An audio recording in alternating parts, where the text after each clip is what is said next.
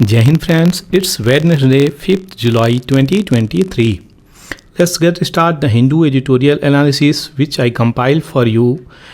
Daily current affairs, editorial, PIB news, down to earth along with frontline. All amalgamation आपको एक जगह पे प्राप्त हो जाता है जो कि आपको बहुत बेनिफिशियल्स ये वीडियोस हो जाता है। अगर आप इस चैनल पे नए हैं तो आपको बता दें हमारा टेलीग्राम चैनल भी है। अगर आपको पीडीएफ चाहिए वहाँ पे सारी डिटेलिंग पीडीएफ की डाल दी जाती है। तो पीडीएफ को लेने के लिए आपको टेलीग्राम चैनल ज्वाइन करना पड़ेगा। तो वहाँ पे जाके आप आराम से पीडीएफ सारी डिटेलिंग जो भी पढ़ाता हूँ वो ले सकते हैं। चलिए शुरू करते हैं हर बार की तरह यूपीएससी के प्रीवियस ईयर क्वेश्चन से। तो ये जो क्वेश्चंस है अभी पिछला मैं क्वेश्चंस दिया था उसका एक्सप्लेनेशंस आज आपको बताया जाएगा। तो क्या था क्वेश्चंस? कॉन्स्टिट्यूशनल गवर्नमेंट की डेफिनेशंस पूछ रही है यहाँ पे सीधे सीधे यूपीएससी आपसे। तो हर एक टर्म को आपको काफ़ी क्लियर कट कंसेप्ट होना चाहिए आपका, तभी जाके ये चीज़ें संभव हो सकती हैं, आप क्वेश्चंस को टैकल कर सकते हैं। तो यहाँ पे क्या है? तो option D is the right answer, limited government. यानी यहाँ पे तानाशाही गवर्नमेंट नहीं है, आपके पास एक लिमिटेड ऑर्डर में पावर दी जाती है कॉन्स्टिट्यूशंस के द्वारा कि आप हर सिस्टम को रन कराइए, उस तरीके से कार्य को एग्जीक्यूट करिए। एक्सप्लेनेशंस को अगर देखा जाए यहाँ पे तो ये जो एक्सप्लेनेशन है, power of the government are limited by means of the fundamental rights. तो ये पार्ट थर्ड में आपका फंडामेंटल राइट आता है। पार्ट थर्ड में कितने से कितने आर्टिकल तक होता है? तो ये 12 से लेके 35 तक आपका सिंपली फंडामेंटल राइट्स आते हैं। तो ये बहुत इंपॉर्टेंट है, पार्ट थर्ड में आते हैं और इंडियन कॉन्स्टिट्यूशंस में इंसाइंड है कि आपके पास लिमिटेड पावर है कि किस तरीके से आप अमेंडमेंट कर सकते हैं। तो इस तरीके से जो डेफिनेशंस है ये राइट ऑप्शंस हो जाता है। Constitutional government may not have legislature, यहाँ पे ये ऑप्शंस इनकरेक्ट हो जाता है। जैसे कि USA has constitutional government but presidential form of government. तो यहाँ पे दूसरे तरीके से चल रही है, यूएसए में कॉन्स्टिट्यूशनल गवर्नमेंट है लेकिन वहाँ प्रेसिडेंट हेड करते हैं। हमारे भारत में कौन हेड करता है? पीएम मोदी। तो यहाँ पे पीएम है, वहाँ पे प्रेसिडेंट, लेकिन दोनों कॉन्स्टिट्यूशनल गवर्नमेंट रन कर रही हैं। तो ये चीज़ें हैं जो कि आपको समझना है। दूसरा जो क्वेश्चन है यहाँ पे, इंडिया में लीगल सर्विस अथॉरिटी किस प्रकार के सिटीजन्स को यहाँ पे प्रोवाइड करी जाती है? क्या कि कम से कम वकील प्रोवाइड कर दिया जाए अगर वो लड़ने में असक्षम है। तो यहाँ पे जो आपका निकल के आ रहा है राइट आंसर 1 और 2 आ रहा है। 1 लाख के आसपास एनुअल इनकम से कम होना चाहिए और 2 लाख के आसपास ट्रांसजेंडर को बताया गया है। तो अब इसकी एक्सप्लेनेशंस को अगर देखा जाए तो नालसा जो एक्ट आया यहाँ पे नालसा कह रहे हैं, लीगल सर्विस अथॉरिटी एक्ट जो आया था 1987 में, ये प्रिस्क्राइब करता है क्या कि कम से कम इनकम जो है एक्सीड नहीं होना चाहिए 1 लाख रुपए। तो पहला स्टेटमेंट ऐसे ही कवर हो जाता है। अभी नालसा जो केस कवर कर रहा है 1 लाख रुपए कवर कर रहा है, लेकिन स्टेट भी अपने अनुसार यहाँ पे रखती हैं, इसलिए ये चीज़ें कभी कभी डिफरेंस भी हो जाती हैं। दिल्ली इस चीज़ को 2 लाख रुपए के आसपास पोर्टल पे मेंशन किया हुआ है कि जो ट्रांसजेंडर हैं वो 2 लाख रुपए यहाँ पे के अंतर्गत जो आते हैं उनको ये सुविधाएं दी जा सकती हैं। तो ये दूसरा स्टेटमेंट भी यहाँ पे राइट हो जाता है। ओबीसी के लिए ऐसा कोई भी फ्री लीगल एड नहीं दी गई है कि उनको गवर्नमेंट वकील प्रोवाइड करेगा, उनका केस लड़ेगा, ऐसा कोई भी चीज़ें नहीं है। सीनियर सिटीजन्स को भी ऐसा कोई भी चीज़ें सुविधाएं नहीं दी गई हैं, इसलिए दोनों ऑप्शंस यहाँ पे करेक्ट हो जाते हैं। बाकी ये जो हैं ये सारे गलत हो जाते हैं। तो आशा करते हैं ये चीज़ें जो एक्सप्लेनेशंस दिया आपको वो सारी चीज़ें क्लियर हो गई होंगी। चलिए आगे बढ़ते हैं यहाँ पे लेक्स की तरफ। तो ये जो हैं लेक्स एक स्टेट का एक बार में मैं कवर करा देता हूँ। तो पिछले वाला जो लेक्स है यह सारे के सारे आपके तेलंगाना स्टेट के ये लेक हैं जो कि इम्पॉर्टेंट हैं। तो उस्मान सागर से क्वेश्चंस आया है कई सारा, याद रखिएगा। आपका खजागुड़ा, ये भी लेक सारे इंपॉर्टेंट हैं जो कि मैं अभी आपको बता रहा हूँ। तो ये चीज़ें आपको याद होना चाहिए जो भी चीज़ें यहाँ पे बताई जा रही हैं।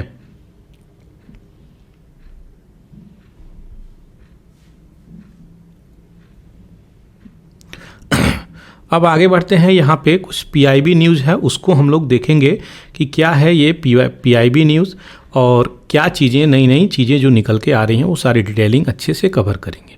तो अभी रिसेंटली आपको पता होना चाहिए 125 ये क्वेश्चंस पूछ सकता है 125वां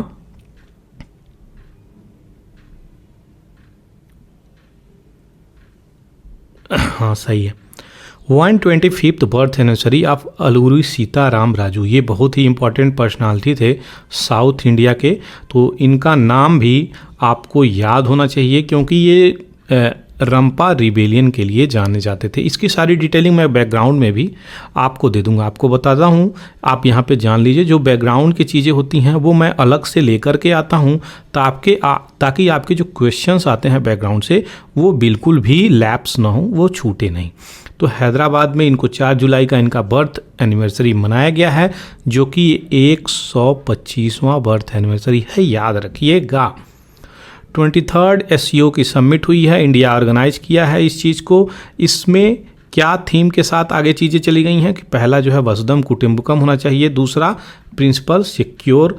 जो सिक्योर है वो किस चीज़ को इंडिकेट करता है कि ये security, economic development, connectivity, unity, respect of sovereignty, territorial integrity और प्रोटेक्शंस, इस सब चीज़ के लिए यहाँ पे सिक्योर आता है। तो respect, unity, connectivity, development, economic, security, इन सब चीज़ के लिए सिक्योर चीज़ें हैं। अब ये जो SCO की डिटेलिंग है मैं पिछले वीडियोस में ही बैकग्राउंड डिटेल के साथ सारा एक्सप्लेनेशन दिया था। इस बार टाइम कंज्यूम नहीं करते हुए आगे बढ़ते हैं। तो यहाँ पे जो गवर्नमेंट ऑफ इंडिया दूसरा जो न्यूज़ निकल के आ रहा है, ऑर्गेनाइज कर रही है क्या, इंटरनेशनल कॉन्फ्रेंस और ग्रीन हाइड्रोजन। तो ग्रीन हाइड्रोजन वो हाइड्रोजन होता है, सबसे पहले तो ये जान लें कि ग्रीन हाइड्रोजन होता क्या है। तो मान लीजिए ऐसी प्रक्रिया के द्वारा हाइड्रोजन का निर्माण किया जाए जिस प्रक्रिया में कार्बन का उत्सर्जन न हो, यानी इमिशन न हो, बिल्कुल भी इमिशन न हो, और जो एनर्जी इस्तेमाल करी जा रही है हाइड्रोजन को बनाने के लिए वो रिन्यूएबल एनर्जी का इस्तेमाल हो।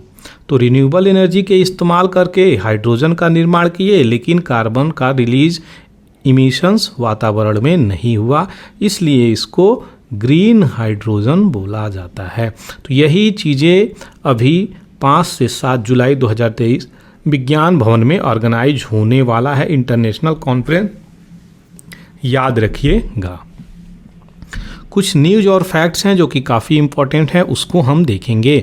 तो नाटो के जो पुराने सेक्रेटरी जनरल थे जेन्स स्टोलटनबर्ग, इनको अभी और लंबे समय के लिए स्टे पर रख दिया गया है, यानी अभी ये और भी इस पोस्ट पे बने रहेंगे। तो क्वेश्चंस आ जाए नाटो के सेक्रेटरी जनरल कौन है, तो ये नाम इम्पॉर्टेंट है क्योंकि 31 कंट्री मिलिट्री अलायंस बन के नाटो ग्रुप बनाती हैं। ये चीज़ें पिछले वीडियोज़ में भी एक्सप्लेन किया हुआ हूँ मैं। दूसरी तरफ यहाँ पे कोर्ट जो है, जो भी माइनर रेसलर बृजभूषण शरण सिंह के केस में माइनर रेसलर ने अपनी गवाही को खींच लिया था, ये बताते हुए कि वो हमें स्टॉकिंग नहीं बल्कि हाँ कुछ अलग प्रक्रिया से डील करते थे, इसलिए यहाँ पे ये पुनः चीज़ें निकल के आई हैं। कोर्ट ये जानना चाहता है कि ये जो लड़की है माइनर, उसका अभी क्या इस पे स्टैंड है, तो उस स्टैंड को जानना चाहता है। इसलिए बृजभूषण शरण सिंह जो यहाँ पे इश्यू निकल के आ रहा था, बृजभूषण शरण सिंह MP हैं बीजेपी के, सभी लोग जानते होंगे, काफ़ी फेमस हो गए हैं, और रेसलिंग फेडरेशन ऑफ इंडिया के प्रेसिडेंट भी हैं ये। तो इनको लेके यहाँ पे पुनः लड़की से पूछताछ होगी, तब जाकर के कोर्ट यहाँ पे बातें मानेगा। दूसरी तरफ बातें बोली जा रही हैं महाराष्ट्र में जो फूड कॉस्ट है ना 40% के आसपास बढ़ोतरी नज़र आ रही है 17-18 की आसपास से अगर देखी जाए। तो 18 साल में अगर बात करें हम तो बहुत तीव्र गति से ये चीज़ें बढ़ती हुई नज़र आ रही हैं, और 49% ऑफ द टोटल स्पेंडिंग जो है आदमी इसी में खर्च कर रहा है। 60% for the poorest, 5% for the house hold. ये जो चीज़ें हैं महंगी होती हुई जा रही हैं। क्या, जो भी डेली रूटीन की कंजम्पशन चीज़ें जैसे आटा, चावल, राइस, पल्सेस, तेल, ऑयल, टमाटर, वेजिटेबल एक्सेट्रा, सारी चीज़ों में महंगाई नज़र आ रही है। ये महाराष्ट्र की अर्बन हाउस होल्ड की अभी जो रिपोर्ट आई है। दूसरी तरफ एक डिजीज़ आ रही है जो कि काफ़ी इम्पॉर्टेंट है, इसके बारे में जानना और अवेयरनेस पहुंचाना। वो क्या है, तो लेप्टोस्पिरोसिस एक डिजीज़ है, ये किस से बीमारी होता है, वायरस से कि बैक्टीरिया से? तो सबसे पहले तो यही क्वेश्चन आएगा, ये बैक्टीरिया ओरिजिन बीमारी है, बैक्टीरिया से ये चीज़ें होती है। तो इसका क्या नाम है? लेप्टोस्पिरिया इंट्रोगानम, ये इसका नाम है, याद रखिएगा। क्वेश्चंस यहाँ से बनाए जा सकते हैं जो कि मैं आपको बता रहा हूँ। ये डिजीज़ एनिमल से पैदा होता है, खास करके ट्रांसमिट होता है ह्यूमन में इस प्रकार से, अगर कोई भी व्यक्ति किसी भी, जैसे कि कैट हो गए, रैट हो गए और बड़े बड़े मिल्चिंग एनिमल हो गए, गाय, बफेलो, इनकी जो यूरिनेटिंग मटेरियल है, फीकल मटेरियल है, लैटिंग वगैरह, इनसे अगर इनके टच में आदमी आता है और मान लीजिए उनके शरीर में, पैरों में, ह्यूमन के पैरों में कहीं भी कटा हुआ है और ये यूरिन से कांटेक्ट में आते हैं, तो वहाँ पर ज़्यादा चांसेस हैं इन्फेक्ट होने के। इस प्रकार की बातें ये बोली जा रही हैं। तो cycle of disease transmissions begin होता है और इस प्रकार से आपको इस बीमारी से ग्रसित करता हुआ नजर आए। तो पहले ही बताया, रोडेंट मतलब ये चूहे जो भी छोटे छोटे होते हैं उनको रोडेंट बोला जाता है। इसमें स्क्वायरल भी आती है, कैटल, पिग, डॉग्स, ये जो हैं कैरियर हो जाते हैं इस डिजीज़ के। दूसरा जो न्यूज़ निकल के आ रहा है, एमिलियानो मार्टिन्स यहाँ पे कलकत्ता आए हुए हैं, इनको ग्रैंड रिसेप्शंस मिला है। मोहन बगान स्टाइल, ये कंटिनेंट की सबसे पुरानी फुटबॉल क्लब टीम है। तो याद रखिएगा, मोहन बगान से क्वेश्चंस कई बार आया हुआ है, ये चीज़ें याद रखिएगा। ये कहाँ के हैं एमिलियानो? तो ये किस पार्टी से गोलकीपर हैं? तो ये अर्जेंटीना पार्टी से गोलकीपर हैं, ये भी याद रखने वाली चीज़ें हैं। अलूरी सीताराम राजू से आया, तो यहाँ बैकग्राउंड में जाके क्वेश्चंस नहीं देखेंगे तो चीज़ें गलत हो जाएंगी। तो अलूरी सीताराम राजू जो है 4 जुलाई 1987 या 88 में पैदा हुए और 7 मई 1924 को इनको मार दिया गया। तो अब देखेंगे पूरी डिटेलिंग, ताकि जो पर्सनालिटी है उससे क्वेश्चन आए तो कम से कम वो तो ना छूटे। तो ये एक रिवोल्यूशनरी थे, यानी क्रांतिकारी थे, और ये अपना हथियार उठाए हुए थे ब्रिटिश कॉलोनियल रूल के खिलाफ, यानी जो ब्रिटिश साम्राज्य थी जो हम पे हुकूमत चला रही थी उसके खिलाफ ये लड़ाई लड़ रहे थे। तो ये चीज़ें इंपॉर्टेंट है जानना, जो कि अभी आपको बताया जा रहा है। इनकी जन्म की बात करी जाए तो प्रेजेंट डे आंध्र प्रदेश में जो कुछ पड़ता है, अगर पहले बात करी जाए तो मद्रास कॉन्स्टिट्यूएंसीज में ये चीज़ें पड़ती है। ये क्यों ऐसे अपोजिंग करने लगे ब्रिटिश सत्ता को? तो ब्रिटिश सत्ता 1882 में फॉरेस्ट एक्ट लेके आती है, मद्रास फॉरेस्ट एक्ट, जिसके कारण इन लोगों के मूवमेंट को रिस्ट्रिक्ट कर देती है। किसके? जो भी ट्राइबल लोग हैं उनकी मूवमेंट को रिस्ट्रिक्ट कर देती है, यानी रोक देती है। आप फॉरेस्ट से कोई भी चीज़ें नहीं ले आ सकते हैं, फॉरेस्ट में बिना एंट्री के, बिना अलाउ के आप लोग घुस नहीं सकते हैं, परमिट के। तो ये सारी चीज़ें हैं जिसके कारण आदिवासी लोग त्रस्त हो जाते हैं। तो निकल कर आते हैं अलूरी सीताराम राजू, एक पर्सनालिटी जो इन सब चीज़ों के बारे में गहन नॉलेज रखता था। ये बहुत ही इंपॉर्टेंट पर्सनालिटी हैं अलूरी सीताराम राजू, और ये अंग्रेज़ों से अपनी अल्प आयु में, अल्पायु नहीं कहा सकता, मतलब यूथ में ही लड़ भिड़ते हैं इनसे, अंग्रेज़ों से। इनका जो राइज होता है खास करके, ये बैकड्रॉप ऑफ कौन सा? एनसीपी, नॉन कोऑपरेशन मूवमेंट, असहयोग आंदोलन जब गांधी जी चलाते हैं उसके आधार पर यहाँ पे चीज़ें चलती हैं। और ये क्या लीड करते हैं? तो रंपाल रिबेलियन को ये चीज़ें लीड करते हैं, जो कि आपको बताया। कब शुरुआत होती है? 1922 से 24 में ये चीज़ें शुरू हो जाती हैं, जो कि मेजर रोल प्ले किया जाता है लीडर के रूप में। किसका? अलूरी सीताराम राजू। इसमें रिबेलियन, इसमें विद्रोह करते हैं, और ये क्वेश्चंस आया हुआ है कई सारे एग्जाम्स में, ये बता दे रहा हूँ मैं। इनकी अगर कैपेबिलिटी की बात करी जाए तो ज़्यादा गुरिल्ला कैंपेन को चलाते हुए नजर आए। गुरिल्ला कैंपेन क्या होता है? पहाड़ों, दरियाओं में यहाँ पे छिपे रहना, जब आर्मी आ रही है ब्रिटिश की तो उन पे अटैक करना, पुनः पहाड़ों में छिप जाना। तो ये गुरिल्ला वार के रूप में चीज़ें जानी जाती है, गुरिल्ला कैंपेन ज़्यादा करते थे। ठीक इसी प्रकार से आपके स्वराजिस्ट शिवाजी भी बहुत ही एक्सपर्ट थे इस प्रकार के बैटल में, तो ये भी चीज़ें आपको मालूम होना चाहिए। 1924 की बात करी जाए तो ये जो विद्रोह कर रहे थे, इनको लेकर के ब्रिटिश सत्ता काफ़ी नाराज़ थी और खोज भी रही थी, तो इनको पकड़ लिया जाता है कोयूरू विलेज चिंतनपल्ली फॉरेस्ट में। तो ये चीज़ें याद रखिएगा, इनको कैप्चर किया जाता है और यहाँ पे जो बात करी जा रही है समैरिली यहाँ पे एग्जीक्यूट कर दिया जाता है। कितने सारे लोग तो ये टर्म ही नहीं जानते होंगे कि ये मतलब क्या है समैरिली एग्जीक्यूट का।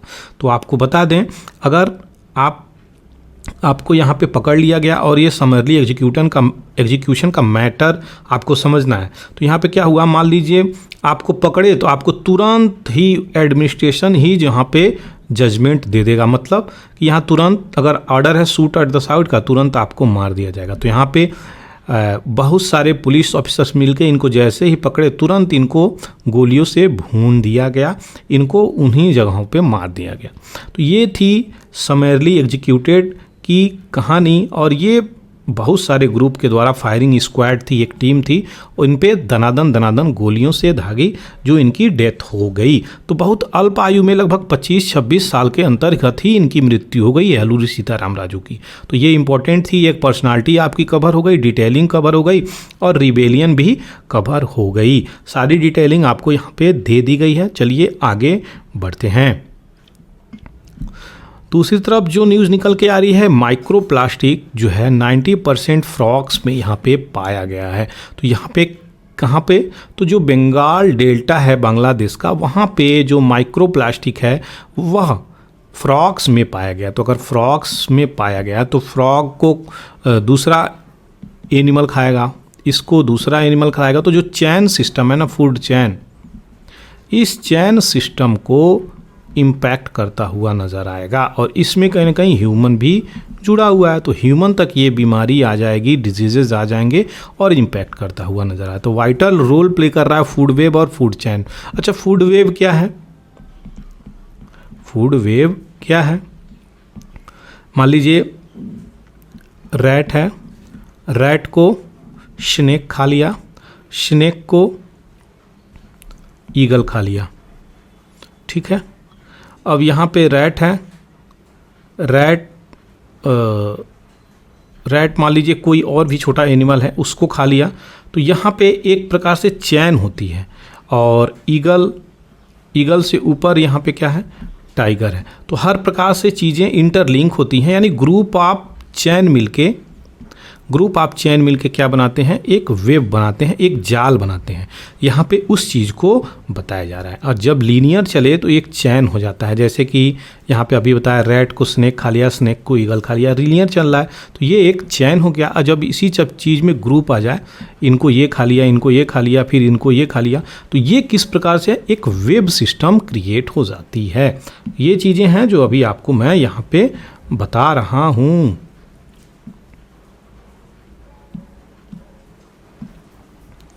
तो जो टॉक्सिक है ना केमिकल, वो फैलती हुई नज़र आ रही है और ह्यूमन तक ये चीज़ें फैलती हुई नज़र आ रही हैं। तो ये इम्पैक्ट करती हुई चीज़ें नज़र आ रही हैं। पर्सनल केयर प्रोडक्ट की बात करी जाए यहाँ पे, तो यहाँ पे पर्सनल केयर प्रोडक्ट में ही कई प्रकार से माइक्रो प्लास्टिक का इस्तेमाल होता है। तो जैसे कि कॉस्मेटिक हो गई, टेक्सटाइल फाइबर्स हो गए, एयर ब्लास्टिंग, ये सारी चीज़ों में प्लास्टिक का इस्तेमाल होता है, जो कि माइक्रो प्लास्टिक बोला जा रहा है, जो इन्वायरमेंट को डिग्रेड करता हुआ नज़र आ रहा है। दूसरी तरफ सेकेंडरी सोर्स की अगर हम बात करें तो हमें टीनी प्लास्टिक भी निकलते हुए नज़र आएंगे। जो टीनी प्लास्टिक हैं किस प्रकार से फोटोकेमिकल रिएक्शंस करके ये चीज़ें फैला रही हैं। तो बांग्लादेश में 47 के आसपास स्पीसीज यहाँ पर हैं जो इम्पैक्ट होते हुए नज़र आ रहे हैं। Global wild life conservation authority की अगर बात करें, यहाँ पे ये रिपोर्ट निकालती हुई नज़र आ रही है। तो फूड चैन जो है इसको देखने की आवश्यकता है, जो इम्पैक्ट हो रही है। अगर एक भी फूड चैन में किसी को इम्पैक्ट कर रहा है तो वो ह्यूमन तक चीज़ें पहुंच ही जा रही हैं। तो ये थी सारी डिटेलिंग। आशा करते हैं जो अभी न्यूज़ चल रहा है वो आपको क्लियर हो गया होगा। चलिए यहाँ पे आगे बढ़ते हैं। IUCN की कोई बातें यहाँ पे हम लोग देखेंगे बैकग्राउंड में जाके कि क्या चीज़ें चल रही हैं जो अभी रिपोर्ट चल रही हैं। तो international union for conservation IUCN एक इंटरनेशनल ऑर्गेनाइजेशन है working in field of nature conservation और सस्टेनेबल यूज, की किस प्रकार से प्रकृति का संरक्षण किया जाए और सस्टेनेबल यूज किया जाए, प्रयोग किया जाए। किसको? जो प्रकृति के द्वारा दिया गया संसाधन है, रिसोर्स है, उसकी बातें बोली जा रही हैं। ये अपना जो एरिया है बहुत ज़्यादा फैला भी दिया गया है। ये कंजर्वेशन इकोलॉजी की तो बात ही करता है, साथ ही साथ इनकॉर्पोरेट करता है कि सस्टेनेबल डेवलपमेंट को भी किस प्रकार से लेकर चला जाए।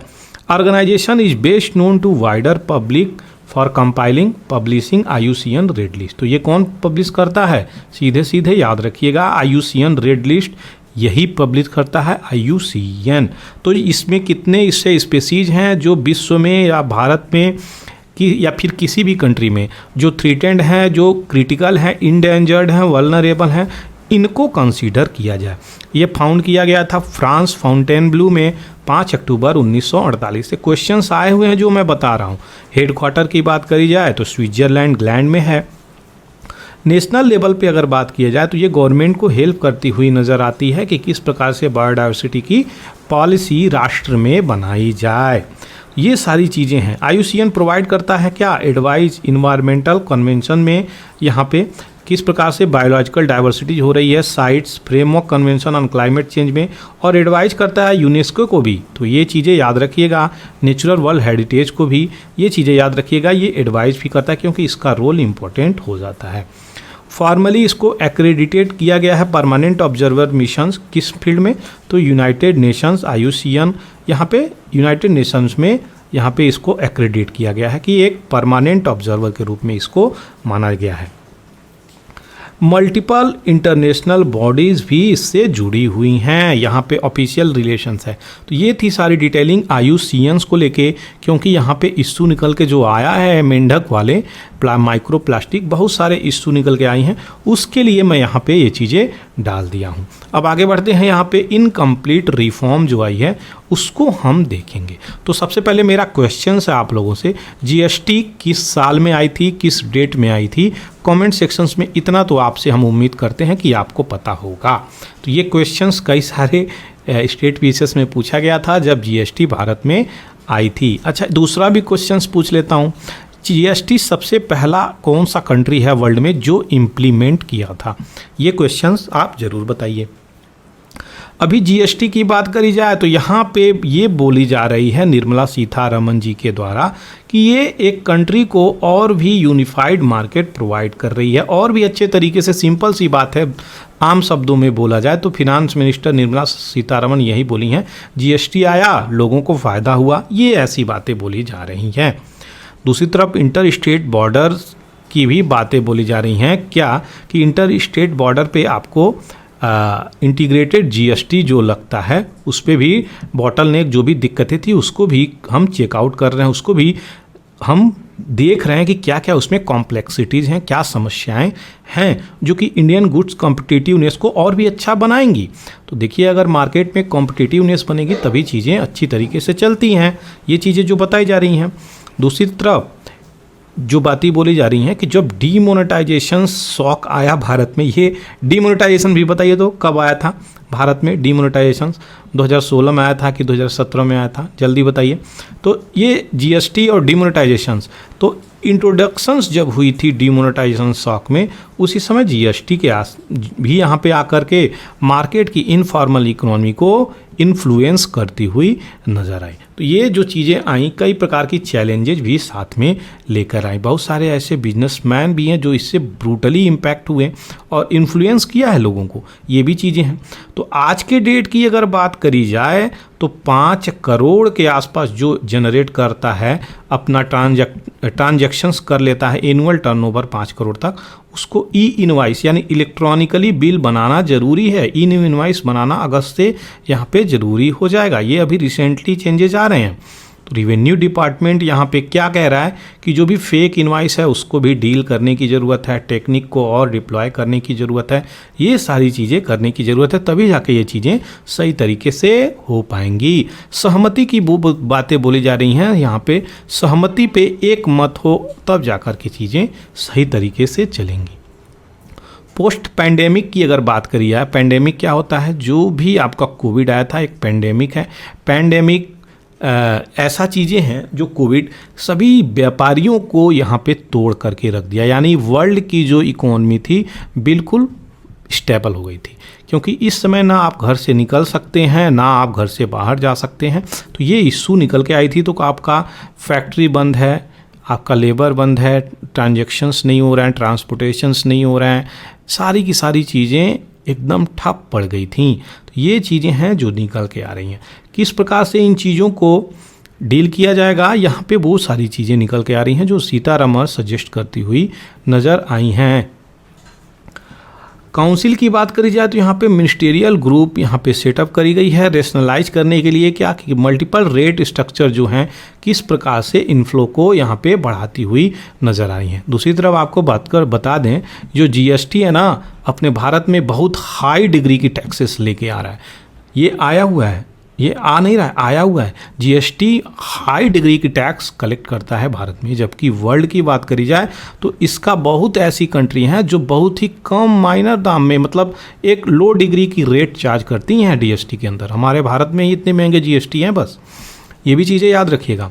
तो जीएसटी का रेवेन्यू अगर कलेक्शंस की बात करी जाए तो 1.6 लाख करोड़ इसी बार हो गया, और only the fourth such occasion in 72 month existent. तो 72 महीने में ये चीज़ें बातें बोली जा रही हैं कि 1.6 लाख का ये अभी तक पहली बार ये चीज़ें चल रहा है जो छूता हुआ नज़र आ रहा है। तो एवरेज कलेक्शंस फर्स्ट क्वार्टर की आपको बताया जाए तो 1.6 लाख करोड़ ये चीज़ें निकल के आ रही हैं, जो कि हेल्दी है 20% ओवर लास्ट ईयर की अगर हम बात करते हैं। तो टैक्स पेयर का क्या है, तो यहाँ पे जो भी कंज्यूमर हैं वो यहाँ पे किसी न किसी रूप से तो टैक्स पे कर रहे हैं। तो जीएसटी, आपको एक चीज़ और भी पता होना चाहिए, जीएसटी जो है इनडायरेक्ट टैक्स होता है।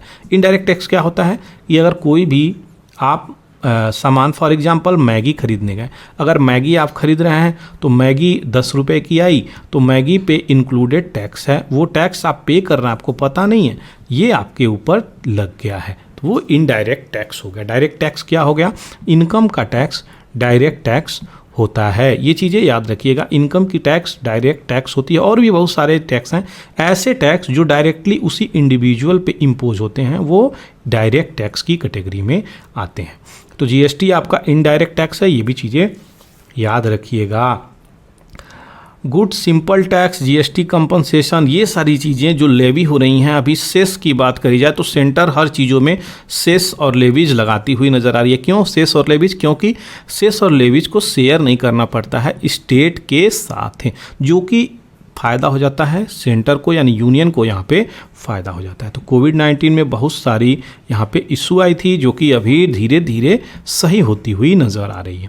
दूसरी तरफ डिस्प्यूट रिजोल्यूशंस की बात करें तो ये बहुत ही इम्पोर्टेंट इंडस्ट्री में एक प्रकार का क्वेश्चंस उठाता हुआ नज़र आ रहा है कि कोई डिस्प्यूट रिड्रेशल मैकेनिज़्म ही नहीं है, यानी कोई भी कंप्लेन आता है तो इसको कैसे सही किया जाएगा, अपीलेट ट्राइब्यूनल ही नहीं है, तो सेटअप करिए इसको। यहाँ पे क्वेश्चन उठता हुआ नज़र आ रहा है जो कि अभी तक चीज़ें सही तरीके से इसको चलाई नहीं जा रही हैं।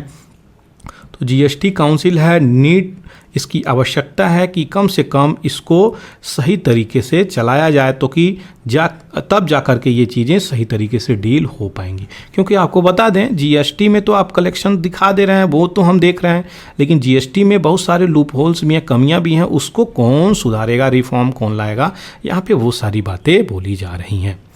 आगे बढ़ते हैं, जीएसटी समझ में आ गया होगा। आगे बढ़ते हैं अब नए एडिटोरियल की तरफ। तो fiscal health of the state, राज्यों का, जो भारत में राज्य हैं, स्टेट हैं, उनका सारा स्टेट का लेखा जोखा फिस्कल, ये सीधे एक चीज़ मालूम होना चाहिए, ये वर्ड फिस्कल जो वर्ड है ये गवर्नमेंट से रिलेटेड है। मॉनिटरी जो वर्ड है वो आरबीआई सेंट्रल बैंक से रिलेटेड है। तो फिस्कल जब भी बात करें तो गवर्नमेंट की बातें हो जाती हैं, ये चीज़ें याद रखिएगा।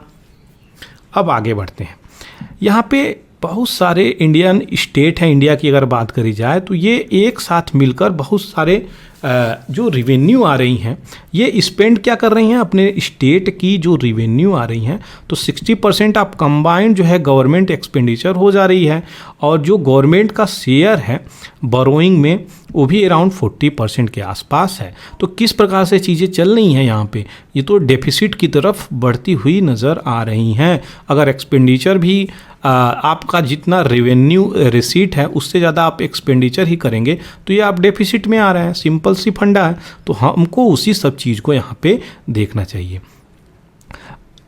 दूसरी तरफ जो बातें बोली जा रही हैं, analysis of emerging physical situations of the steam bye examining की डाटा। जो इंपॉर्टेंट डाटाज हैं उसको यहाँ पे देखने के बाद ये पता चल रहा है कि इंडिविजुअल स्टेट का बजट 23-24 तक अगर बात करी जाए कई सारे फिजिकल प्रॉब्लम से भी गुजरने वाली है ये। तो ये क्या कर देगी, इंक्रीज कर देगी जनरल गवर्नमेंट की डेफिसिट, जो कि अभी बता रहा था आपको, ऊपर यही बातें बता रहा है। डेप्ट भी यहाँ पे बढ़ती हुई नजर आएंगी। कोविड-19 पेंडेमिक आके कई सारे इशू को तोड़ भी दिया, यहाँ पे ये सारी चीज़ें निकल के आ रही हैं। Significant post pandemic physical corrections यहाँ पे करने की ज़रूरत है। यूनियन स्टेट लेवल पे दोनों को कोऑर्डिनेट करने की आवश्यकता है। यूनियन लेवल की बात करें तो फिजिकल डेफिसिट जो है डिक्लाइन हुई है कितने परसेंट, 9.1% ऑफ जीडीपी 21-22 से 5.9% पे आ गई है। ये बजट एस्टीमेट की बात बोली जा रही है। दूसरी तरफ क्या बातें बोली जा रही हैं, जो स्टेट लेवल पे फिजिकल डेफिसिट है वो 4.1% ऑफ जीडीपी आ गई है 2021 की बात के, जो कि डिक्लाइन होके 3.4% पे चली गई है 22-23 में। ये मेजर स्टेट की अगर बात करें तो 23-24 में जो है ये 2.9% of the GDP major state की बातें बोली जा रही हैं। तो ये थी सारी डिटेलिंग जो physical health of the state को इंडिकेट करता है। Sharp reduction in physical deficit होती है अगर, तो क्या सजेस्ट करती है यहाँ पे, फिजिकल डेफिसिट अगर हो रही है तो सही है, ये किसी भी स्टेट के लिए, किसी भी राज्य के लिए ये सही बात है। डेफिसिट नहीं होनी चाहिए, क्योंकि डेफिसिट होगी तो आपका घाटा जाएगा, जिसके कारण ग्रोथ नहीं निकल के आएगी। तो यहाँ पे क्या बोली जा रही है कि यह जो व्यू है कई प्रकार के इशू क्रिएट करता है कंट्री में, अगर ये फिजिकल डेफिसिट इस प्रकार से चलती है तो। और जो आंकड़े फिजिकल डेफिसिट के लिए जा रहे हैं ना, कि हाँ फिजिकल डेफिसिट ये चल रहा है, वो चल रहा है, इन आंकड़ों पे चल रहा है, इन नंबर पे चल रहा है फिजिकल डेफिसिट, ये बहुत सारे एक पॉलिसीज़ को लेके डिटेल्ड में नहीं कंसोलिडेट करके हम आंकड़ों को नहीं लेके आए हैं, जिसके कारण ये बहुत वैलिड पॉइंट नहीं निकल के आ रही है कि फिजिकल डेफिसिट का सही तरीके से नंबर्स नहीं पता चल रहे हैं। तो ये आरबीआई यहाँ पे कार्य करती हुई नज़र आई है। अपनी जो study on state finance annual report निकालती है आरबीआई, याद रखिएगा, ये उसमें बताती हुई नज़र आ रही है। तो स्टेट को यहाँ पे एक साथ मिलकर कम से कम फिजिकल डेफिसिट पे कार्य करने की भी आवश्यकता है, ऐसी भी बातें बोली जा रही हैं। और दूसरी तरफ फिजिकल कंसोलिडेशन बहुत आवश्यक हो गया है। कंसोलिडेशन क्या है कि कम से कम फिजिकल के बारे में, जो भी देश में आपके राज्य की बातें बोली जा रही है ना, तो राज्य में जो भी चीज़ें चल रही हैं उसकी एक आंकड़े होने चाहिए, अकाउंटेबिलिटी होनी चाहिए, रिकॉर्ड होने चाहिए, किस प्रकार से चीज़ें चल रही हैं इकोनॉमी, वो सारी चीज़ें होनी चाहिए, तब जाकर के चीज़ें सही तरीके से यहाँ पे होंगी। पहली अगर बातें बोली जा रही हैं यहाँ पे, तो मैनेज करने की ज़रूरत है physical prudent despite significant contraction. तो जो कॉन्ट्रैक्शंस हो रही है, रिवेन्यू में कमियां हो रही हैं, पैंडेमिक की वजह से बहुत सारे लोगों की कमियां हो गई। क्यों? क्योंकि भैया यहाँ पे सेंटर बोला स्टेट को कि पैंडेमिक के समय में स्टेट आप हमसे आके लोन ले लीजिए और अपने लोगों की मदद कर दीजिए। क्यों? क्योंकि हेल्थ जो सब्जेक्ट है वो क्या है, वो स्टेट के सब्जेक्ट में आता है, स्टेट लिस्ट में आता है। ये क्वेश्चंस कई बार पूछा पैंडेमिक के आसपास आने पे, तो ये चीज़ें याद रखिएगा। तो स्टेट यहाँ पे क्या किया, स्टेट कितने सारे स्टेट यहाँ से आके लोन भी लिए, कितने लोग अपने सक्षम थे तो वो हेल्प भी करना। हालांकि सेंटर भी इसमें आया और रोल प्ले किया हेल्थ वाले सेक्टर में, ऐसा नहीं है कि वो छोड़ दिया। ये सारी चीज़ें हैं यहाँ पे बोली जा रही हैं। दूसरी तरफ क्या बोली जा रही है, इमरजेंसी प्रोविज़न जो भी हेल्थ में है कि किस प्रकार से स्पेंडिंग होगी, किस प्रकार से लोगों की जीविकाएं चलेंगी। पैंडेमिक के समय ये आसान नहीं था, तो यूनियन स्टेट फिजिकल कोऑर्डिनेशंस यहाँ पे आवश्यक हो गई है। तीसरी जो बातें बोली जा रही हैं कि स्टेट को यहाँ पे एक्सपेंडिचर और जो फिजिकल डेफिसिट है इसको ध्यान में रख के कार्य करना चाहिए। यानी मान लीजिए आमदनी 1 रुपया हो रहा है, खर्चा कर दे रहे हैं 2 रुपया, कैसे होगा? आमदनी 1 रुपया हो रहा है, खर्चा कर रहे हैं 50 पैसा, तब जाके आपको कोई चीज़ें होंगी ना। तो ये चीज़ें हैं जो कि आदमी को सोच के चलना चाहिए। यहाँ पे वो बातें बोली जा रही हैं। चौथा जो है बातें क्या बोली जा रही हैं, reduction in fiscal deficit is a combination of expenditure side adjustment. तो ये आपका क्या करेगा, जीएसटी को इम्प्रूव करता हुआ नज़र आएगा और हायर टैक्स का डिवोल्यूशंस भी सेंट्रल की तरफ से होगा स्टेट को, यानी सेंटर जो है टैक्स का कलेक्शन कर लिया तो स्टेट को डिवॉल्व करता है। कितने परसेंट, तो अभी के डेट में 41% स्टेट को जाता है। पहले क्या था, 42% था। 1% किसके लिए रख लिया गया है, ये चीज़ें रख लिया गया है जम्मू एंड कश्मीर के डेवलपमेंट के लिए, जिसमें सारे स्टेट राजी भी हैं। तो ये क्वेश्चंस पूछा हुआ है, जो बताया हूँ 42% था, 41% कर दिया गया है। वह 1% किस राज्य को प्रोवाइड किया जाता है, ये भी चीज़ें क्वेश्चंस में आई हैं। पांचवा अगर बात करी जाए तो जो नॉन जीएसटी रिवेन्यू है, जीएसटी के अलावा छोड़ के, वो क्या है, तो उसमें रिकवरी और पेंडेमिक, बहुत सारे स्टेट हैं जो इन सब चीज़ों से रिकवरी करते हुए और पेंडेमिक में बहुत ज़्यादा प्रॉब्लम को फेस करते हुए भी नज़र आए। तो वो थी सारी चीज़ों को, उन सब सारी चीज़ों को कैसे डील करा जाएगा, ये भी देखने योग्य बातें होंगी। अब थोड़ी सी बातें हम लोग फिस्कल डेफिसिट की करेंगे, क्योंकि देखिए बैकग्राउंड से क्वेश्चंस आते हैं, घबराइएगा मत। थोड़ा सा बड़ा एडिटोरियल ये होने वाला है, तो घबराने का नहीं, क्योंकि क्लियर एक बार चीज़ें हो जाएंगी ना तो वो चीज़ें सही हो जाती हैं। तो चलिए देखते हैं यहाँ पे फिस्कल डेफिसिट होता क्या है। तो फिस्कल डेफिसिट यहाँ पे जो टर्म है आपको यहाँ पे बता दिया मैं। ये टर्म क्या इंडिकेट करता है कि जो फिस्कल डेफिसिट होता है ना, वो टोटल एक्सपेंडिचर कि आप कितना खर्च किए, बहुत सिंपल शब्दों में आपको समझाएंगे और आशा करते हैं आपको समझ में भी अच्छा से आएगा। तो चलिए यहाँ पे देखते हैं कि आप खर्चा किए 10,000 रुपीज़ और उसमें से माइनस कर देंगे क्या, टोटल रिसीट, यानी आप प्राप्त कितने किए। तो मान के चलिए आप 8,000 रुपीज़ प्राप्त किए, एक्सक्लूडिंग बोरोइंग। ये सबसे इम्पोर्टेंट है, जो आप उधारी लेते हैं ना उसको इसमें काउंट नहीं किया जा सकता है, चाहे वो केंद्र से लिए, चाहे राज्य के किसी भी प्राइवेट ऑर्गेनाइजेशन से, इंस्टीट्यूशन से या पर्सनालिटी से, वो आप काउंट नहीं करेंगे। तो इसमें 10,000 रुपये लिए माइनस 8,000 रुपये, आपका फिस्कल डेफिसिट कितना हो गया, 2,000 का। तो ये चीज़ें क्लियर हो गई होंगी, आशा करते हैं, जो अभी आपको मैं बताया। तो फिस्कल डेफिसिट क्या है, revenue expenditure plus capital expenditure minus revenue receipt plus capital receipt. और ये लास्ट में याद रखिएगा, हर बार फिस्कल डेफिसिट में बोरोइंग को एक्सक्लूड किया जाता है। तो revenue expenditure plus capital expenditure, इनमें ऐड होता है रिवेन्यू एक्सपेंडिचर, यानी टोटल एक्सपेंडिचर क्या क्या मिलके बनना होता है, रिवेन्यू एक्सपेंडिचर RE प्लस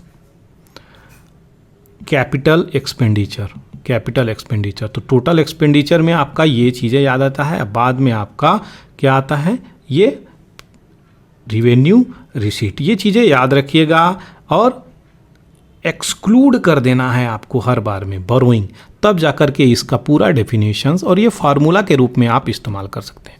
ये फिस्कल डेफिसिट पता चला। अगर आप अभी भी नहीं समझे तो एक चीज़ और समझ लीजिए, यहाँ पे मान लीजिए आपकी इनकम है 10 रुपये, ठीक है, खर्चा किए आप 12 रुपये, तो फिस्कल डेफिसिट क्या हो गया, 2 रुपये का। ये सिंपल सी चीज़ है, ये चीज़ें याद रखिएगा। ये आम भाषा में जो अभी आपको समझाया, यही आप समझेंगे तो भी आप बहुत हद तक चीज़ों को समझ जाएंगे। अब थोड़ी सी देख लिया जाए फिस्कल और रिवेन्यू डेफिसिट में किस प्रकार के डिफरेंसेज हैं, वो भी बात हो जाए यहाँ पे। तो बेसिस क्या है, फिस्कल डेफिसिट क्या है, रिवेन्यू डेफिसिट क्या है।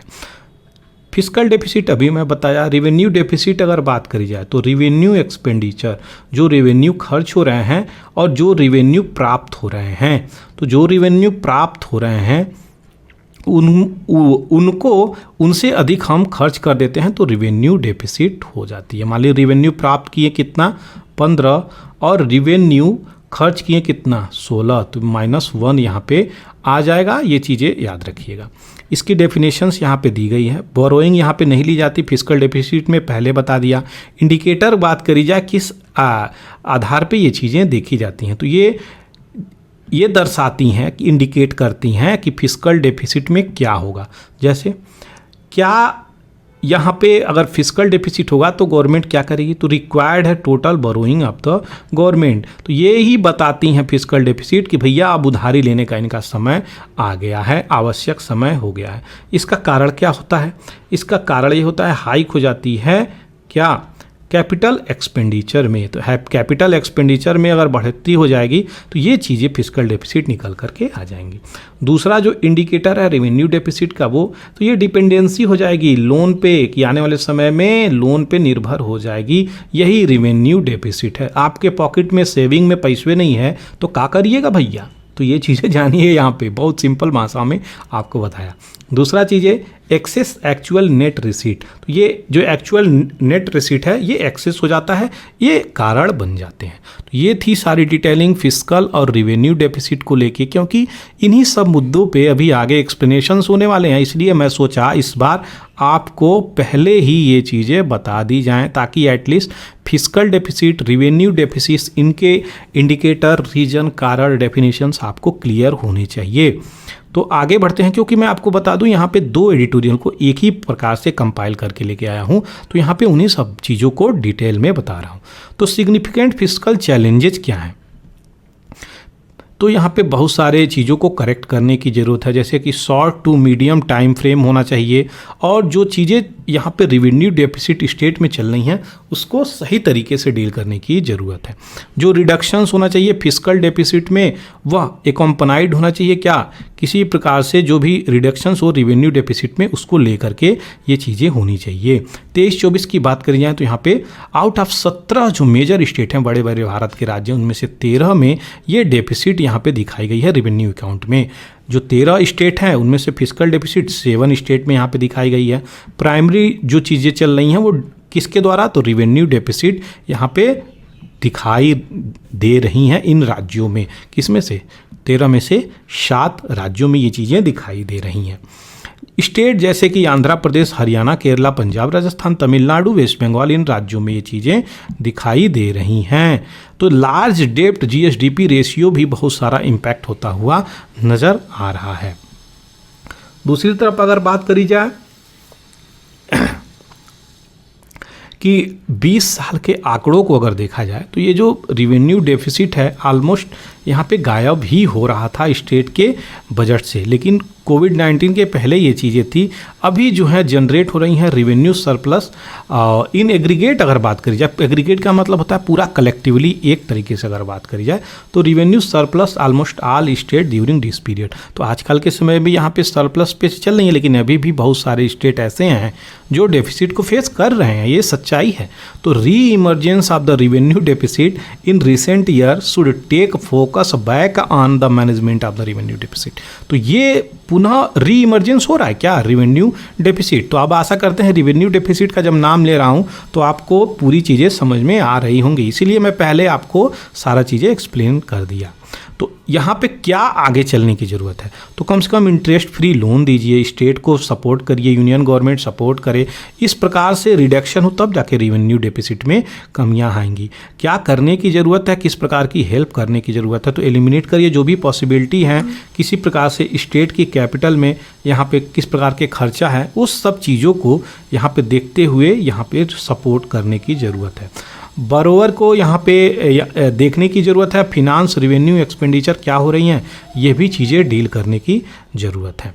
एक टाइम फ्रेम की बातें बोली जा रही हैं कि रेवेन्यू डेफिसिट में जो रिडक्शंस होने वाले हैं और जो क्रेडिबल फिस्कल एडजस्टमेंट प्लान है यहाँ पे हेल्प किया जाए, रिस्टोर किया जाए, ताकि जो डेफिसिट हो वो कम हो और तब जा कर के बैलेंस बन सके, किसमें, स्टेट के जो बजट चीज़ है उसमें स्टेट का जीडीपी बढ़ सके, तब जा कर के ये चीज़ें होंगी। तो जो यूनियन है और स्टेट है, इन दोनों में कोऑर्डिनेशन और कोऑपरेशन दोनों रिक्वायरमेंट है, तब जा कर के ये चीज़ें रिडक्ट हो पाएंगी। क्या रिवेन्यू डेफिसिट, ये आपका कमाई है रिवेन्यू डेफिसिट, तब जा कर के ये कम होंगी। रिवेन्यू डेफिसिट यानी घाटा जो है कम होगा तब जा कर के। तो ये सेंटर का भी रोल अहम प्ले करता है इनमें, और तब जा कर के ये चीज़ें सही तरीके से होंगी। अब आगे बढ़ते हैं एंटीबायोटिक विथ प्रॉमिस। तो ये क्या है एंटीबायोटिक, नया एडिटोरियल है, उसको हम देखेंगे डिटेलिंग में और अच्छे से इसको समझेंगे भी, जो कि बहुत ही इम्पोर्टेंट है। अगर बात करी जाए एंटीबायोटिक की तो सबसे पहले यहाँ पे हम क्लियर कर देंगे ये क्या है। तो ये एक प्रकार से मेडिसिन है जो आपको बैक्टीरिया के द्वारा, यहाँ पर बैक्टीरिया होते हैं इन मेडिसिन में, और आपको लड़ने की क्षमता देते हैं किसी विशेष प्रकार की बीमारी को लेकर, उसको बोला जाता है एंटीबायोटिक मेडिसिन। एंटीबायोटिक का चीज़ें क्लियर हो गई। अब हम पूरी की पूरी डिटेलिंग भी देखेंगे एडिटोरियल में, किस प्रकार की चीज़ें चल रही हैं वो सारी चीज़ों को देखेंगे और समझेंगे। तो जो अभी बैटल चल रहा है against highly drug resistant infections, इनका क्या मतलब होता है कि अगर कोई भी डिजीज़ है, जैसे कि आप अगर ले लीजिए, मैं टीबी को ही लेता हूं क्योंकि ये बैक्टीरिया से होते हैं। क्वेश्चंस ये भी पूछा है टीबी किस बैक्टीरिया से होता है, तो ट्यूबरकुलोसिस ये जो बैक्टीरिया है किस बैक्टीरिया से होता है, ये कमेंट सेक्शंस में ज़रूर लिखें। आपको बता दें टीबी एक ऐसा बैक्टीरिया है, अगर इसका मेडिसिन आप टाइम पर नहीं लेंगे तो ये आपको अलग डोज का मेडिसिन अगली बार लेना पड़ेगा। दूसरी बार फिर लापरवाही किए, आप नहीं लिए, तो तीसरी बार जो है आपको और हाई डोज का मेडिसिन लेना पड़ेगा। तीसरी बार भी लापरवाही कर दिए, चौथी बार और हाई डोज का मेडिसिन लेना पड़ेगा। तो ये वही डोज है जो कि आपको बढ़ा के देना पड़ेगा, और इस तरीके से लापरवाही टीबी में होती गई तो यहाँ पे मनुष्य का डेथ भी हो जाता है। क्यों? क्योंकि उसके बाद कोई मेडिसिन ही नहीं है एंटीबायोटिक जो उस कैपेसिटी को क्या करेगा, डील कर पाएगा। फॉर एग्जाम्पल आपको मैं समझा दूँ, यहाँ पे वेरी क्लियर हो जाएंगी, बहुत सारी चीज़ें क्लियर हो जाएंगी। अगर यहाँ पे बैक्टीरिया 10% अपने अंदर पावर रखा था, ये एंटीबायोटिक जो हम खिलाते हैं उससे लड़ने के लिए, जो भी हम मेडिसिन खाते हैं, फॉर एग्जाम्पल हम मेडिसिन खा लिए एक, तो ये किसी पर्टिकुलर बीमारी के लिए है, मान लीजिए टीबी, तो ये टीबी के बैक्टीरिया इस बीमारी से लड़ते हैं और ये टैबलेट इस बीमारी से लड़ता है। तो इसको मारने में टीबी के बैक्टीरिया अपने अंदर इम्यूनिटी भी पैदा करते हैं, यानी ताकत पैदा करते हैं। ठीक उसी प्रकार से कोरोना वायरस की बात करी जाए तो एक प्रकार का वैक्सीन्स काम कर रहा है, दूसरे प्रकार के वैक्सीन्स वही चीज़ें बाद में असरदार नहीं थे उतने। तो यहाँ पे उन्हीं प्रकार से बातें बोली जा रही हैं कि हर बार बैक्टीरिया अपने आप को और ज़्यादा शक्तिशाली बनाता हुआ चला जाता है, जिसके कारण एंटीबायोटिक का डोजेज भी बढ़ाता हुआ डॉक्टर चला जाता है। अब ये थी तो राम कथा जो अभी आपको बताया, ये चीज़ें क्लियर कर दी होंगी कि एंटीबायोटिक खाने से और किस प्रकार से जो डिजीजेज हैं उसको किस प्रकार से कम किया जा सकता है, ये तो बताया मैं। अब थोड़ा सा रिपरकशन देख लीजिए। रिपरकशन मतलब क्या उसके प्रभाव हैं। तो अगर आपकी अभी हाई डोज आपको दे दिया गया, फॉर एग्जांपल हाई डोज आपको दे दिया गया, तो ये हाई डोज जैसे ही मिलती है तो अगली बार आपको कम डोज मिलेगा या इस लेवल का ही डोज मिलेगा। यही हाई डोज अगली बार भी अगर मिला तो इस बीमारी पे, टीबी पे वो चीज़ें कार्य नहीं करेगी। इसी को बोला जाता है एंटीबायोटिक का बैड इफेक्ट। सिंपल सी बात है, क्योंकि आपका बॉडी उससे लड़ चुका है, उस टाइप की कैपेसिटी से लड़ चुका है, और बैक्टीरिया भी जो आपके शरीर में है, जो आपको टीबी से इन्फेक्ट किया है, वह उस डिग्री की एंटीबायोटिक मेडिसिन से लड़ने में सक्षम हो चुका है, जिसके कारण आपको और उससे ज़्यादा पावरफुल वाली चीज़ें ज़रूरत है जो आपको मार्केट में नहीं है। तो आपकी क्या होगी, इस हिसाब से जो भी पेशेंट होंगी उनकी डेथ नज़र आएगी। तो यहाँ पे क्या कह रहे हैं ये सारी चीज़ें, यहाँ पे वही रामकथा सुनाई जा रही है कि जो हमको कम से कम डॉक्टर को ये सोचकर मेडिसिन लिखना चाहिए कि किसको सच में रिक्वायर्ड है एंटीबायोटिक और किसको रिक्वायर्ड नहीं है। तो ये डॉक्टर के ऊपर निर्भर करता है, यानी कि कोई भी पेशेंट आए, कुछ भी बीमारी हुआ, सीधा एंटीबायोटिक उठा के लपेट दो। तो ये लाइफ और डेथ का सवाल है। यहाँ पे ये बातें बोली जा रही हैं जो कि आपको पूरा निचोड़ समरी मैं अभी आपको बता दिया। तो थोड़ा सा ये भी चीज़ें देखते हैं। अभी इंटेंसिव केयर यूनिट, आईसीयू का पूरा फुल फॉर्म ये होता है आईसीयू। कितने लोग जानते हैं इंटेंसिव केयर यूनिट? तो इंटेंसिव केयर रूम में यहाँ पे क्या हुआ, हैदराबाद के 18 साल ओल्ड पेशेंट्स की यहाँ पे जो कि लड़ रहा था एक बीमारी से, और यहाँ पे टी सेल ल्यूकेमिया, तो ये स्वयं इस बीमारी से लड़ रहा था। ये किस प्रकार का ल्यूकेमिया? ब्लड कैंसर के रूप में जाना जाता है, याद रखिएगा, क्वेश्चंस यहाँ से भी आए हुए हैं। तो यहाँ पे इस बीमारी से लड़ रहा था, यहाँ पे एक्सटेंसिवली ड्रग रेसिस्टेंट इसको देने की ज़रूरत थी और यहाँ पे इसको प्रोवाइड भी किया, और जिसके कारण यहाँ पे क्या हुआ, हाई रेसिस्टेंट मल्टीपल एंटीबायोटिक के रूप में जो चीज़ें जानी जाती थी, यहाँ पे इनको एक्सटेंसिवली ड्रग रेसिस्टेंट। आपको यही चीज़ें मैं अभी ऊपर ड्रग कैपेसिटी के रूप में बताया हूँ, वो कनेक्ट करके आप ध्यान में रख करके ही सोचिएगा इसको। वो जो चीज़ें हाईली मेडिसिन दे रही थी, कौन? डॉक्टर। यहाँ पे हाई रेसिस्टेंट मटेरियल मतलब मेडिसिन यहाँ पे दी जा रही थी उस पेशेंट्स को। यहाँ पे मेडिकल टीम इसको ट्रीटमेंट करने के लिए यूज कर रही थी, जो कि इनइफेक्टिव हो गई। यानी पहले से ही इसको आप क्या दे रहे हैं, एंटीबायोटिक हाईली ड्रग रेसिस्टेंट दे रहे हैं, और हाई डिग्री का ड्रग रेसिस्टेंट देने के बाद जो आप दूसरा ड्रग रेसिस्टेंट देंगे वो चीज़ें कार्य नहीं करती है। तो डॉक्टर को सोचने की ज़रूरत है कब, क्यों, कैसे, किस प्रकार की चीज़ें दी जा रही हैं। अब ये चीज़ें क्यों आई हैं, क्या प्रॉमिसिंग है चीज़ें भारत में, वो हम देख लेंगे। तो अभी जो एंटीबायोटिक 2 निकल के आ रही हैं, सीपेपाइम और जीडेबैक्टम, ये 2 एंटीबायोटिक मेडिसिन है जो भारत के द्वारा डेवलप की गई हैं, रिसर्च के द्वारा डेवलप की गई हैं। न्यूज़ में है, क्वेश्चंस पूछ सकता है, याद रखिएगा। सीफेपाइम और जीडेबैक्टम ये 2 हैं, इंडियन रिसर्चर इसको अभी रिसेंटली डेवलप किए हैं 2 एक्टिव कंपोनेंट ड्रग रेसिस्टेंट के लिए, जो कि नेगेटिव पैथोजन को यहाँ पे मारता हुआ नजर आएगा। तो यहाँ पे चीज़ें देखिए, ये जो चीज़ें चल रही हैं ये अभी भारत में सही तरीके से ट्रायल के रूप में तो नहीं आ पाई हैं, लेकिन इसको मार्केट में उतारने की जल्दी भी मची है। कोई सारी कंपनी ये भी कह रही हैं कि इसको जल्द से जल्द मार्केट में उतारा जाए, ये ओके है। दूसरी तरफ बात करी जाए कि अगर जो ट्रायल होते हैं 6 फेज के ट्रायल होते हैं किसी भी वैक्सीन को, मेडिसिन को लाने के लिए, वो फेज को क्या हम लोग सच में फॉलो किए हुए हैं? तो जो ट्रायल फेज है ना मेडिसिन्स के, वो फॉलो होने चाहिए, तब जाके कि यहाँ पे मेडिसिन्स की एफिकेसी निकल के आती है, उसकी गुणवत्ता, क्वालिटी निकल के आती है।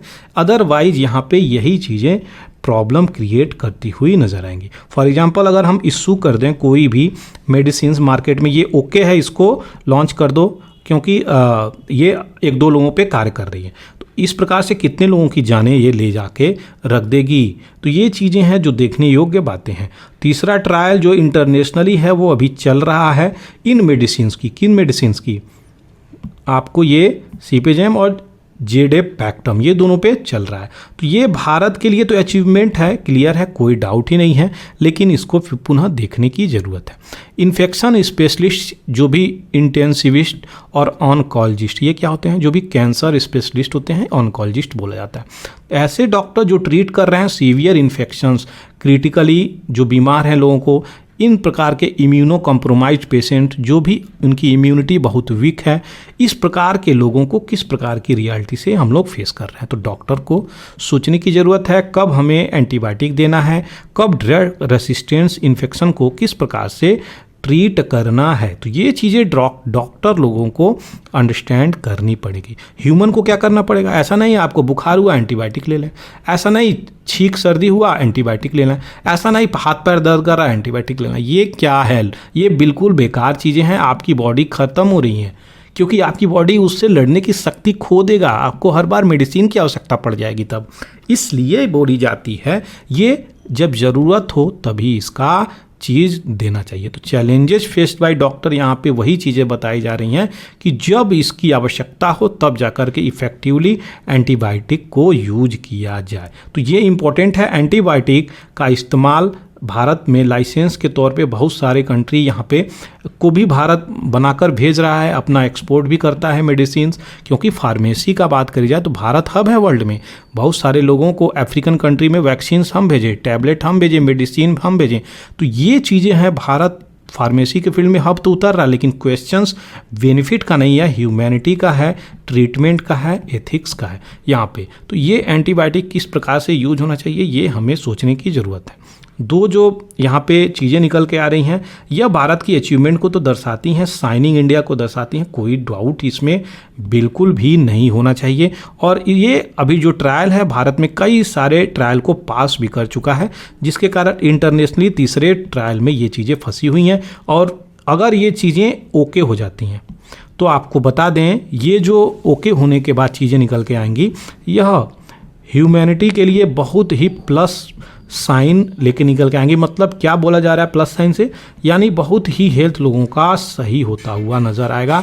केवल इन मेडिसिनों की लाइसेंस एक बार मिल जाती है इंटरनेशनल लेवल पे। तो यही पेंडिंग में है, ये चीज़ें याद रखिएगा। एंटीबायोटिक सेवरल कंट्री यहाँ पे जैसे कि जापानीज कंपनी यहाँ पे क्या बोल रही हैं कि इसकी जो ड्रग रेसिस्टेंट इन्फेक्शंस हैं ये एक्सीलेंट एफिकेसी के साथ हैं। तो ये सेफिडेरकॉल यहाँ पे बातें बोली जा रही हैं, ये जापानीज की द्वारा डेवलप्ड ये मेडिसिन है। तो सेफिडेरॉल ये जो आपका जापान के द्वारा डेवलप किया गया है, ये वह क्या कर रहा है, इसका अलग रोल है। और ये भारत में अभी तक अनअवेलेबल है। क्यों अनअवेलेबल है भाई? क्या इसमें मार्केट पॉलिसी है?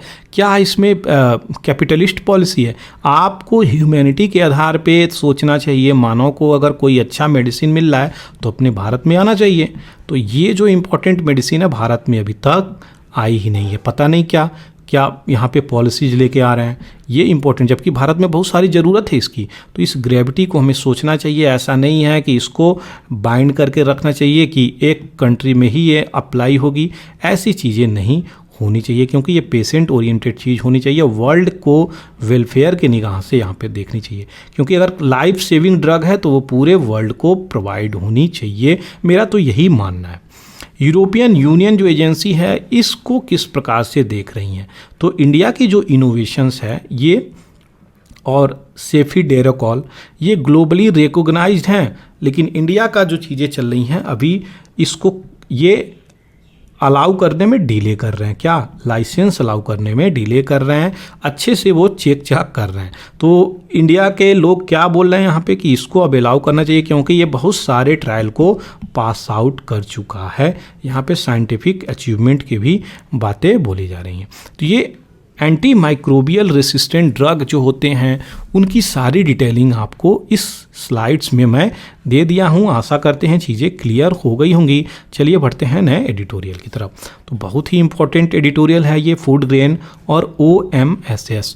बहुत ही स्ट्रॉन्ग तरीके से आपको मैं समझाऊंगा, क्लियर तरीके से, I mean to say that, और यहाँ पे आपको मज़ा भी आएगा। बात करी जा रही है कर्नाटका के इलेक्शन से मैं शुरुआत करता हूँ। तो कर्नाटका का इलेक्शंस जब बीजेपी और कांग्रेस दोनों रैली कर रहे थे, वहाँ पे कांग्रेस ने 5 प्रॉमिसेस दी थी। फ्री बिजली देंगे, फ्री आपको वुमेन को सफ़र कराएंगे बस में, फूड ग्रेन फ्री कर देंगे। ये कुछ 5 प्रॉमिसेस हैं। युवाओं को रोज़गार देंगे, युवाओं को जो ग्रेजुएट हैं उनको 3000 रुपये महीना भी देंगे। ये कर्नाटका गवर्नमेंट का प्लान आया, जिसके कारण यहाँ पे कर्नाटका सरकार बनी कांग्रेस की। ये इतना कहानी समझ में आ गया। तो ये अब कहानी आ जाती है फूड ग्रेन की। फूड ग्रेन की क्या है? तो अन्न भाग्य स्कीम है, जिसके तहत क्या करेगा ये, तो आपको बता दें 5 kg ऑफ फ्री राइस पर पर्सन पर मंथ ये देने का प्लान बनाया हुआ है अन्न भाग्य के अंतर्गत। ये चीज़ें आपको बता दिया मैं। अब देखिए ये जो डिमांड है 4.42 करोड़ बेनिफिशियरी इसके अंतर्गत आते हैं। 45 लाख अंत्योदय योजना इसके अंतर्गत आते हैं। 3.58 crore priority household card holder लोग आते हैं। 39 lakh card holder belonging to the Karnataka own category PHH, priority household card holder. इतने ये आंकड़े हैं जो अभी आपको बताया। अब बात आती है नेशनल फूड सिक्योरिटी एक्ट जो 2013 में आया। अब थोड़ा सा बात करी जाए नेशनल फूड सिक्योरिटी एक्ट की, तो आपको पता होना चाहिए ये जो एक्ट आया यह इतिहास में अपना अलग नाम ही दर्ज कर दिया। क्यों? इस एक्ट ने लोगों को फ्री चीज़ें ऑलमोस्ट प्रोवाइड की, कम दामों पे लोगों को क्या प्रोवाइड करी ये एक्ट आने के बाद कि राइट टू फूड का चीज़ें हुई। ये किस आर्टिकल से आता है? तो आर्टिकल 21 से सुप्रीम कोर्ट ये बोलता है कि राइट टू फूड, लोगों को भोजन लेने का अधिकार है राइट टू फूड के अंतर्गत। तो ये चीज़ें थी। यहाँ पे 2.3 lakh metric tonne of the rice every month to meet this commitment. जो स्टेटमेंट कमिटमेंट कर दिया है, इतना ज़रूरत है 2.3 लाख मीट्रिक टन, तो कहाँ से ये चीज़ें प्रोवाइड होंगी, यहाँ पे ये बातें बोली जा रही हैं। दूसरी तरफ मैं ये भी बता दूँ, ऐसा नहीं है कि सेंटर प्रोवाइड नहीं कर सकता, सेंटर के पास बहुत सारा है। 2.3 लाख मीट्रिक टन नेग्लिजिबल है, ऐसा बिल्कुल भी नहीं है कि नहीं प्रोवाइड कर सकता, लेकिन बहुत सारी इशू हैं। क्या हर स्टेट इस प्रकार से कमिटमेंट करेंगी तो क्या हर स्टेट को हम प्रोवाइड कर देंगे? ये भी बात बिल्कुल वैलिड है। सच में हर स्टेट इस प्रकार से अगर कमिटमेंट करती हैं तो ये तो संभव बिल्कुल भी नहीं हो पाएगा, क्योंकि भारत में 28 राज्य हैं, 8 यूनियन टेरिटरी हैं। अब इस प्रकार के डिमांड अपने अपने इलेक्शन रैली में लोग करते हुए चलें तो ये प्रोवाइड नहीं हो सकती। तो यहाँ पे कर्नाटका गवर्नमेंट क्या किया है, कर्नाटका गवर्नमेंट को अगर ये सुविधाएं नहीं प्राप्त हो रही हैं तो कर्नाटका गवर्नमेंट अन्न भाग्य स्कीम के तहत यहाँ पे बोला है कि भैया 170 रुपये कैश ले लीजिए पर महीने, आपको कैश हम प्रोवाइड करेंगे। तो यहाँ पे कैश प्रोवाइड कर रहा है। अब फूड कॉरपोरेशंस ऑफ इंडिया की बात करी जाए तो 12 जून को यहाँ पे open market sale scheme domestically लाया है, जो कि फूड OMSS है क्या, उसकी हम बातें करेंगे। तो यहाँ पे जो फूड ग्रेन ट्रांसफ़र की बात करी जा रही है, एक बार में आप कितना परचेज कर सकते हैं, तो यहाँ पे 10 से लेके 100 टन के आसपास यहाँ पे बातें बोली जा रही हैं, जो कि बहुत ही कम है। तो कर्नाटका गवर्नमेंट यहाँ पे इस स्कीम को किस प्रकार से लेकर चल रही है, ये देखने योग्य बातें होंगी। कांग्रेस पार्टी इसी के तर्ज पे अपनी चीज़ों को कैश लेकर आई है और कैश अमाउंट प्रोवाइड कर रही है।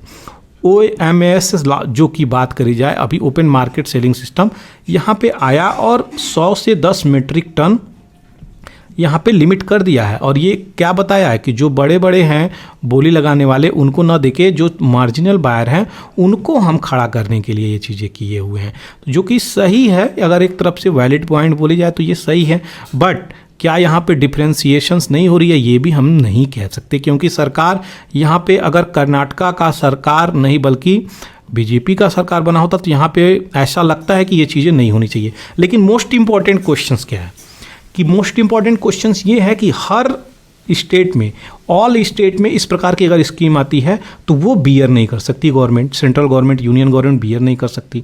ये जो चीज़ें हैं मेजर रोल प्ले करती हैं। तो दूसरी तरफ बात करी जाए, जो डिफरेंसेस निकल के आ रही हैं, आप अभी इमीडिएट पास्ट पेंडेमिक में पहुंचेंगे तो क्या निकल के आती है, प्रधानमंत्री गरीब कल्याण योजना, दनादन ये योजना आई और 2019 से पहले जो 2019 में पेंडेमिक आया और ये जो है इसको पोस्टपोन करते हुए जब यूपी का इलेक्शंस हो गया तब तक ये गरीब कल्याण योजना स्कीम भारत में चली, जिसके कारण लोगों को अनाज फ्री में मिला। 5 kg या फ्री राइस आप लोगों को मिलता गया प्रति महीने। तो ये चीज़ें याद है, ये चीज़ें सबको याद होनी चाहिए। अब दूसरी तरफ स्टेट अगर कर रही है तो स्टेट यहाँ पे सेंटर यहाँ पे पलड़ा झाड़ ले रहा है। तो क्या कारण है यहाँ पे जो स्टेट इन सब चीज़ों को डील और सेंटर के बीच में मतभेद पैदा हो रहा है, जहाँ पे दोनों के बीच में बहुत सारी इशू निकल के आ रही हैं। सेंट्रल गवर्नमेंट और स्टेट गवर्नमेंट के बीच में इशू निकल के आ रही हैं। तो प्रॉब्लम ये नहीं है केवल कि क्या अवेलेबिलिटी है और क्यों प्रोवाइड नहीं किया जा रहा है FCI के द्वारा, प्रॉब्लम ये भी है कि कॉस्ट लगभग 30 से लेके 35 रुपये पर केजी के रूप में बेचे जा रहे हैं, जो कि बहुत ही हाई कॉस्टली अमाउंट है। तो इसको किस प्रकार से डील किया जाएगा। अब थोड़ा सा देखा जाए बैकग्राउंड में जाके, क्योंकि क्वेश्चन तो आपके बैकग्राउंड से ही आने वाले हैं, ये हमेशा याद रखिएगा। तो नेशनल फूड सिक्योरिटी एक्ट 2013 में आया था, इसका पूरा नाम ये है राइट टू फूड एक्ट। इसी के अंतर्गत आर्टिकल 21 में मेंशन कर दिया गया है। यह पार्लियामेंट इसको लेकर आती है। क्या इसका उद्देश्य होता है कि हम कम से कम दामों में लोगों को अनाज मुहैया कराएंगे और 2/3 of the country 1.4 billion people इसके अंतर्गत सीधे आ जाते हैं। कब? 2013। कब? मनमोहन सिंह की गवर्नमेंट थी, यानी आपकी यूपीए की जब गवर्नमेंट थी, अलायंस वाली गवर्नमेंट थी, उसी के अंतर्गत मनमोहन सिंह ये चीज़ें लेकर के आते हैं और देश में जो इतने सारे लोग हैं उनको कवर कर देते हैं। इसकी जो साइन हुई थी इस एक्ट की 12 सितंबर 2013। क्वेश्चंस पूछा है याद रखिएगा। इसके अंतर्गत क्या क्या आते हैं ये भी क्वेश्चंस पूछा है। नेशनल फूड सिक्योरिटी एक्ट से यूपीएससी का फेवरेट चीज़ें हैं, स्टेट पीसीएस से भी क्वेश्चंस पूछे गए। तो ध्यान से सुनिएगा। मिड डे मील भी इसके अंतर्गत आते हैं, आईसीडी भी इसके अंतर्गत आती है, इंटीग्रेटेड चाइल्ड डेवलपमेंट, बच्चों का पूरा सही तरीके से विकास किस तरीके से किया जाए, ये स्कीम इसके अंतर्गत आता है। पब्लिक डिस्ट्रीब्यूशन सिस्टम जिसको पीडीएस बोलते हैं वो इसके अंतर्गत आता है। इसी के अंतर्गत मैटरनिटी बेनिफिट भी इंटाइटलमेंट इसी के अंतर्गत डाला गया है। या क्या होता है, ये जो मदर होती हैं लैक्टेटिंग, जो बच्चे को जन्म देती हैं, उनको भी बेनिफिट इसी अंतर्गत प्राप्त होता है। Mid day skill integrated child development scheme ये यूनिवर्सल है, याद रखिएगा। दो स्कीम है, मिड डे मील और आईसीडीएस इंटीग्रेटेड, ये जो हैं यूनिवर्सल हैं, यानी एक समान हर राज्यों को ट्रीट कर रहे हैं, यूनिवर्सल इन नेचर।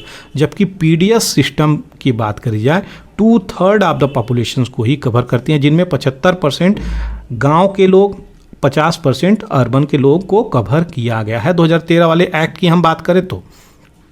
अच्छा, राइस इसमें कितने रुपए केजी, तो यहाँ पे क्वेश्चंस कई बार पूछा है। जो राइस है 3 रुपये पर केजी, व्हीट जो है 2 रुपये पर केजी, और कोर्स ग्रेन जिसमें मिलेट, बाजरा, रावी, ये सब चीज़ें आ जाती हैं 1 रुपये पर केजी के हिसाब से 5 केजी पर पर्सन मंथली यहाँ पर देने का प्लान लाया गया था। वहीं अगर बात करी जाए अंत्योदय की, तो अंत्योदय अन्न योजना के तहत हाउस होल्ड की बात करी जा रही है, यहाँ पे पर पर्सन की बात करी जा रही है। याद रखिएगा दोनों में अंतर है। तो यहाँ पे कंस्टिट्यूट करके पुअरेस्ट ऑफ द पुअर, जो अंत्योदय होते हैं पुअरेस्ट ऑफ द पुअर, उनको 35 केजी पर हाउस होल्ड, यानी एक घर में 35 केजी जाएगा, घर की बात बोली जा रही है अंत्योदय अन्न योजना के अंतर्गत। दूसरी तरफ बात करी जाए, छत्तीसगढ़ पहला था जो 2012 में ये लॉ लेके आया, और गवर्नमेंट ऑफ छत्तीसगढ़ इसको डिवाइड किया कितने ग्रुप में, 4 ग्रुप में, जिसमें अंत्योदय ग्रुप था और प्रायोरिटी था, जनरल था और एक्सक्लूडेड हाउस होल्ड। इन लोगों को यहाँ पे 35 केजी ऑफ राइस और फ्लोर, पल्सेस, ग्राम, आयोडाइज साल्ट, इन लोगों को कम दामों पे सब्सिडाइज्ड रेट पे देने के लिए बाध्य हुआ। यानी ये चीज़ें छत्तीसगढ़ लेकर के आया है। याद रखिएगा, सारी डिटेलिंग आपको यहाँ पे दे दी गई हैं। अब थोड़ी सी और डिटेलिंग की अगर बात करी जाए, घबराइए मत, चीज़ें क्लियर हो जाएंगी। हम जान रहे हैं थोड़ा समय लग रहा है, लेकिन एफसीआई को भी देखना काफ़ी इंपॉर्टेंट हो जाता है। एफसीआई क्या है, तो फूड कॉरपोरेशन ऑफ इंडिया एक स्टैच्यूटरी बॉडी है। ये कौन सी बॉडी होती है, तो ऐसे बॉडी को जो एक्ट ऑफ पार्लियामेंट के द्वारा पास कर बनाया जाए। पार्लियामेंट में बिल आया, एक्ट बना और बॉडी को बनाया गया, उस तरीके से स्टैच्यूटरी बॉडी बोला जाता है। इस तरीके से पार्लियामेंट के द्वारा पास होके आया। तो वहीं स्टैच्यूटरी बॉडी अगर इस तरीके से पास होकर नहीं होगा तो क्या होगा, वो एग्जीक्यूटिव या रिजोल्यूशंस के आधार पे चीज़ें चल जाएंगी, तो उसको स्टैच्यूटरी बॉडी नहीं बोला जाएगा।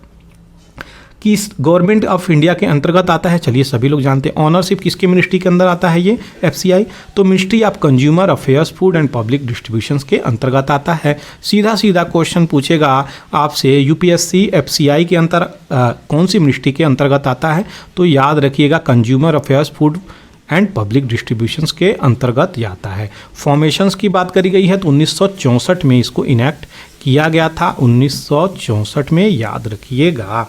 सेटअप करने की बात करी गई है, पूरा फाइनली सेटअप 1965 में हुआ था। जो शुरुआत में इसका हेडक्वार्टर था चेन्नई था, बाद में इसको दिल्ली शिफ्ट कर दिया गया। एफसीआई जो है 14 जनवरी 1965 में इसकी स्थापना हो जाती है। पहला डिस्ट्रिक्ट जो है तंजौर यहाँ पे होता है।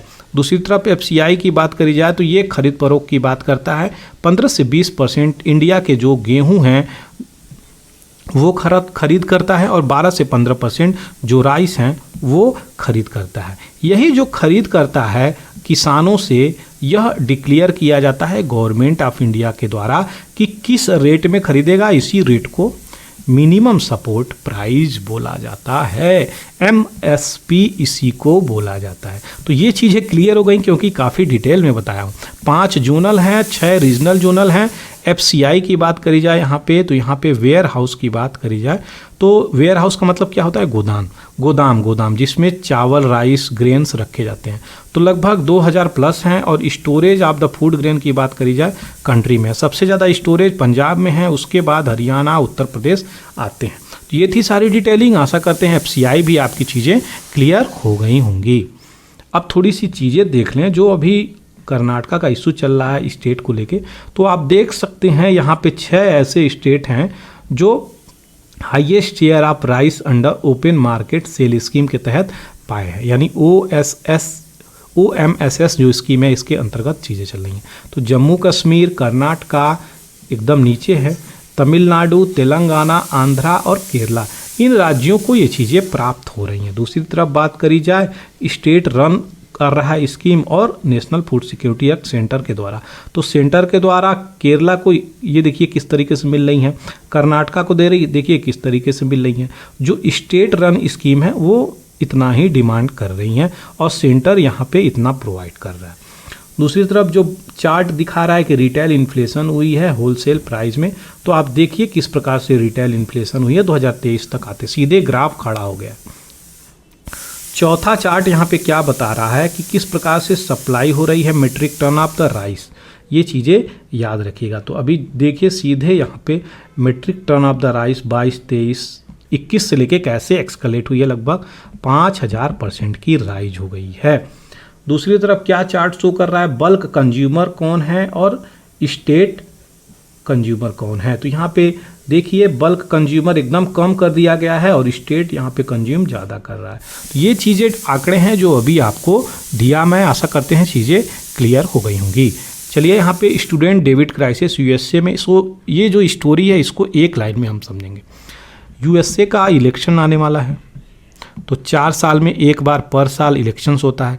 तो यहाँ पे इनके प्रेसिडेंट जो बिडेन हैं, जो बिडेन क्या बोले हैं कि जो स्टूडेंट का लोन है कितना $430 बिलियन के आसपास, उसको वेव ऑफ किया जाए, मतलब माफ़ कर दिया जाए। वहाँ का जो सुप्रीम कोर्ट है ये बोला है हम लोन वेव ऑफ कैसे कर दें, ये सही नहीं है। उन्हीं पे बहस छिड़ी हुई है। प्रेसिडेंट यहाँ पे ये बोल रहे हैं हम दूसरे बाईपास सिस्टम लेके आएंगे और इन सब चीज़ों को माफ़ करेंगे। तो वहाँ पे जो 6 स्टेट हैं, अरकानसस, लोआ, Kansas, Missouri, Nebraska, south Carolina, इन कंट्रीज में बहुत सारे बच्चों ने अपने एजुकेशंस के लिए लोन लिए हैं, व्यापार के लिए लोन लिए हैं, जिनके कारण यहाँ पे माफ़ करने के लिए अपील कर रहे हैं, प्रोटेस्ट भी कर रहे हैं। तो उन स्टेटों को देखा जाए तो अगर इन स्टेटों को देखा जाए तो कैलिफोर्निया आपका वेस्ट में है और ये जो 13 स्टेट थे, शुरुआत में 13 ही स्टेट थे USA में, याद रखिएगा। बाद में ये जाके 50 के आसपास फैल गए हैं। तो ये इंपॉर्टेंट थी, यही चीज़ें हैं। और ये भी ब्रिटिश के गुलाम थे, कॉलोनी ये भी कंट्री थी। तो यहाँ पे चीज़ें हैं जो अभी आपको मैं बताया, आशा करते हैं ये चीज़ें क्लियर हो गई होंगी, क्योंकि स्टूडेंट का क्राइसिस चल रहा है, स्टूडेंट वहाँ पे प्रोटेस्ट भी कर रहे हैं। अब थोड़ा सा लोन को देखेंगे कि किस किस कैटेगरी में कौन कौन लिया हुआ है। अगर वाइट पीपल की बात करें तो यहाँ पे जो पेड है वो 3 जो करंट चल रहा है वो ये, और बिहाइंड ये यहाँ पे वाइट लोग 61 पॉइंट इतना % यहाँ पे लोन लिए हुए हैं। हिस्पैनिक की बात करी जाए तो ये 56, ब्लैक की बात करी जाए तो आप देख सकते हैं कितना करेंटली लोन चल रहा है।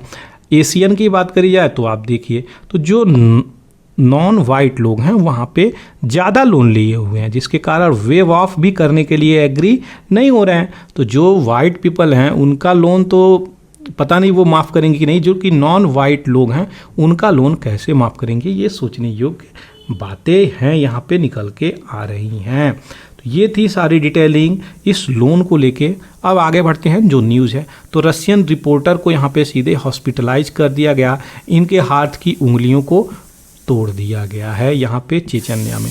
ये चेचन्या कहाँ है तो आपको बता दें, ये रसिया है अगर, तो रसिया का कुछ पार्ट आपका यूरोप में पड़ता है।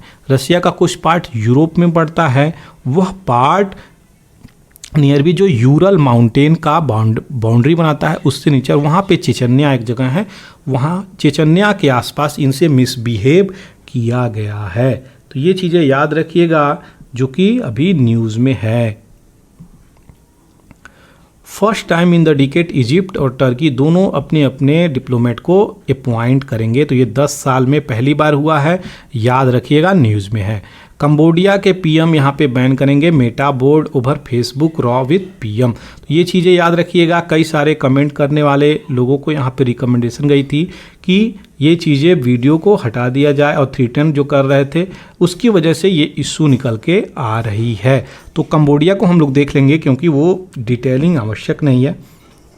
कंबोडिया आपका साउथ ईस्ट एशिया में एक कंट्री है। इसकी कंट्री फनूम फनूम है। तो आप देख सकते हैं किस प्रकार से कंबोडिया बाउंड्री बनाती हुई नज़र आ रही है। तो लाओस, वियतनाम, थाईलैंड इनसे अपना बाउंड्री बनाती है। तो याद रखिएगा साउथ चाइना सी और बे ऑफ बंगाल दोनों के बीच में ये कंट्री है जो कि न्यूज़ में है।